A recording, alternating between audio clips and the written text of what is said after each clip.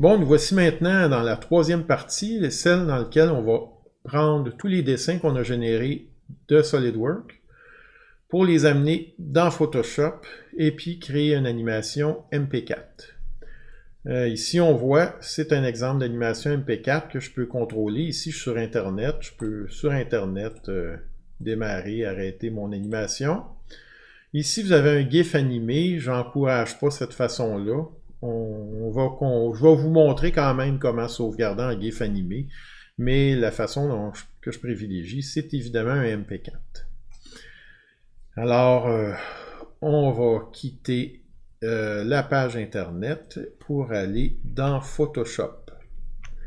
Alors, normalement, on peut monter image par image, ouvrir là, image dans un seul document, toutes les images de Photoshop, mais c'est compliqué et c'est long. Je vous montre rapidement comment, pour ceux qui ne seront pas capables d'utiliser le logiciel qui va nous permettre de tout monter ça directement ou qui préféraient le programmer, s'ils savent comment. Donc, j'ai tout sélectionné mes images et puis ici, Photoshop les ouvre une après l'autre. Mais moi, ce que je voudrais, c'est les ouvrir dans un seul fichier et j'ai pas trouvé, peut-être que je fais une erreur, si vous le savez, vous me le direz, mais j'ai pas trouvé de façon de toutes les ouvrir dans un fichier déjà global, à moins de passer par le logiciel Bridge. Ou puis à moins de programmer aussi, mais ça, je ne vous montrerai pas ça aujourd'hui. Donc, que faire? Eh bien, vous prenez un premier document dans lequel vous faites, une fois que vous les avez tous ouverts, vous faites CTRL-A et CTRL-C. Donc, j'ai copié un document. Et puis ensuite, je vais dans Fichier et je fais Nouveau. Et vous voyez, j'ai un presse-papier qui est exactement la résolution et au paramètres du document. Donc, il est ici ce document-là. Et là, manuellement, je vais aller copier, mais c'est la première façon que je vous montre, c'est pas la bonne, si je peux dire. Je vais aller manuellement choisir chaque image en commençant par 0, et puis les transférer dans l'autre dessin. Alors, comment faire? Vous faites CTRL-A pour dire que vous sélectionnez tout, CTRL-X pour visuellement voir que vous avez bien copié l'objet, CTRL-W pour fermer, mais vous faites non. Comme ça, ça va conserver en mémoire les éléments qu'il y avait dans votre dessin. Je tombe sur ma page blanche que je viens de créer, et puis je fais CTRL-V. Je vais le faire 2 autres fois pour vous montrer. Il faudrait le faire 30 fois, ce qui serait long un peu. Donc, je vais à l'image suivante. CTRL-A, CTRL-X, CTRL-W, non. CTRL-V pour le coller dans notre nouveau document.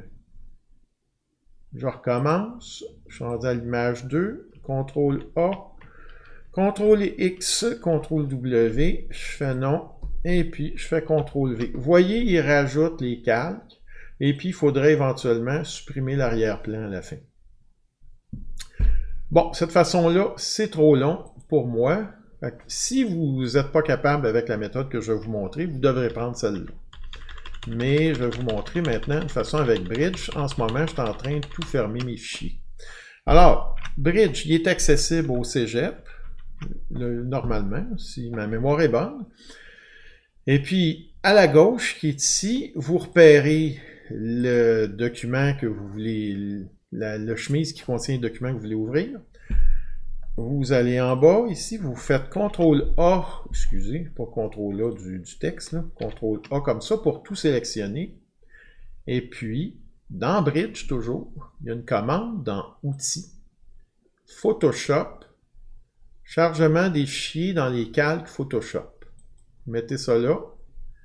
Et puis, Bridge va se charger de faire le travail que vous étiez en train de réaliser péniblement.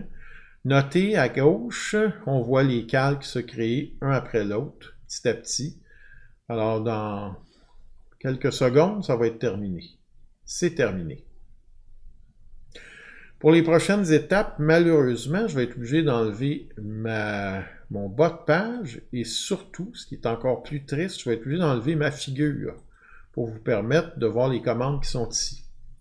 Alors, cette barre de commande-là qui est là, vous l'obtenez en faisant Fenêtre, Montage. Moi, elle y est déjà, c'est pour ça qu'elle est cochée. Et une fois que c'est fait, vous faites créer une animation d'image. À partir de là, vous avez toujours votre menu, le petit menu en bas à droite. Vous cliquez et puis vous faites créer les images, des images d'après des calques. Voilà, il l'a fait. On peut tester notre animation ici si j'appuie. Vous voyez? Et puis je constate qu'elle va dans le sens opposé que j'avais fait dans SolidWorks. Pas de problème, vous pouvez sélectionner la première image et la dernière en appuyant sur majuscule ici. Vous avez les 31. Et puis, toujours dans le petit menu, vous demandez d'inverser. C'est fait. Si je regarde mon animation maintenant, elle est dans le sens que j'avais programmé dans SolidWorks. Bon. Là, moi, je voudrais un mouvement naturel de retour. Regardez ce que je vais faire. Je vais arrêter l'animation. Je vais sélectionner l'image numéro 2 jusqu'à l'image numéro 30 en appuyant sur majuscule. Je vais copier toutes ces images.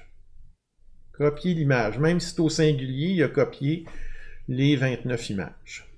Et puis, je sélectionne le 31 et je demande de coller les images.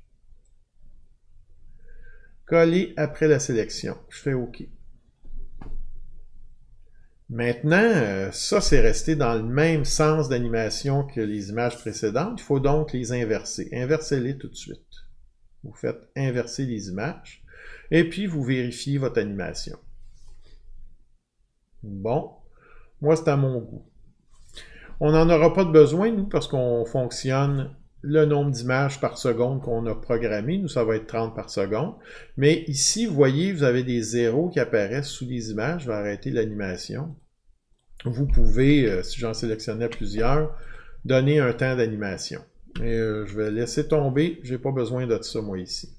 Je vous montre très rapidement comment sauvegarder en GIF, mais je ne favorise pas cette façon. Donc, mais avant ça, petit détail, on va continuer l'animation, on va réduire un peu notre fenêtre. On a du blanc pour rien. Alors, je laisse mon animation fonctionner. Je prends l'outil de sélection ici, vous voyez. Et puis, je détermine à quel endroit je pourrais couper. Disons jusqu'ici. Je vais tester. Oups, vous voyez, je déborde ici et un peu moins là. Pour le reste, en haut, à gauche, je suis correct, on va dire. Alors, ce que vous faites, vous recommencez, vous appuyez sur majuscule, et puis vous refaites une sélection, même pas besoin qu'elle soit totale. On voit, c'est parfait.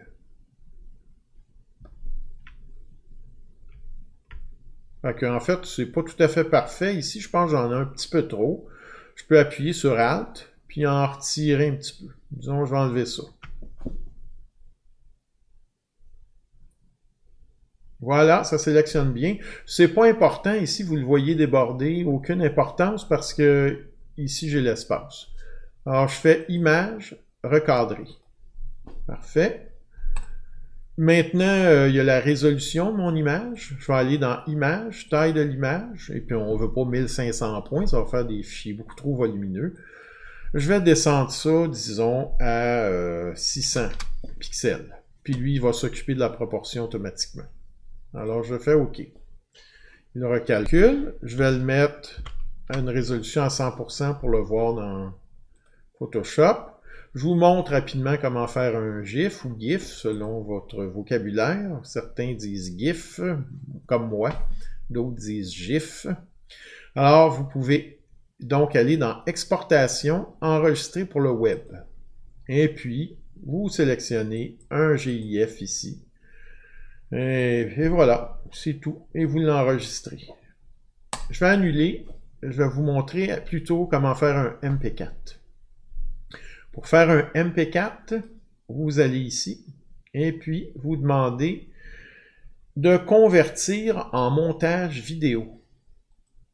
C'est fait. On peut vérifier l'image. C'est bon. Et à partir d'ici, vous pouvez demander un rendu vidéo dans lequel vous programmez les éléments. Ici, je vais donner le titre. Animation. Sélectionner un dossier. c'est le bon. Je vais annuler, c'est le bon dossier. H264, c'est notre format MP4. Vous fonctionnez par la taille du document, 30 images par seconde. On veut enregistrer toutes les images et on fait rendu. Il va le calculer. C'est rapide parce que je n'ai pas bougé toutes les options. Là, ça aurait pu être beaucoup plus long. Et puis, pour finir, on va aller voir notre animation et puis constater que ça fonctionne. La voici. Vous avez la possibilité de demander de répéter votre animation, puis visualiser votre résultat. Et puis c'est un fichier MP4, vous le montez selon le logiciel, là, par exemple dans InDesign. Alors, j'ai terminé mon exposé. Donc, je vous remercie de m'avoir écouté avec attention et vous devriez arriver à faire votre première animation d'un mécanisme de SolidWorks à partir de ces 3 séquences vidéo. Soyez attentifs et bon travail. Merci beaucoup.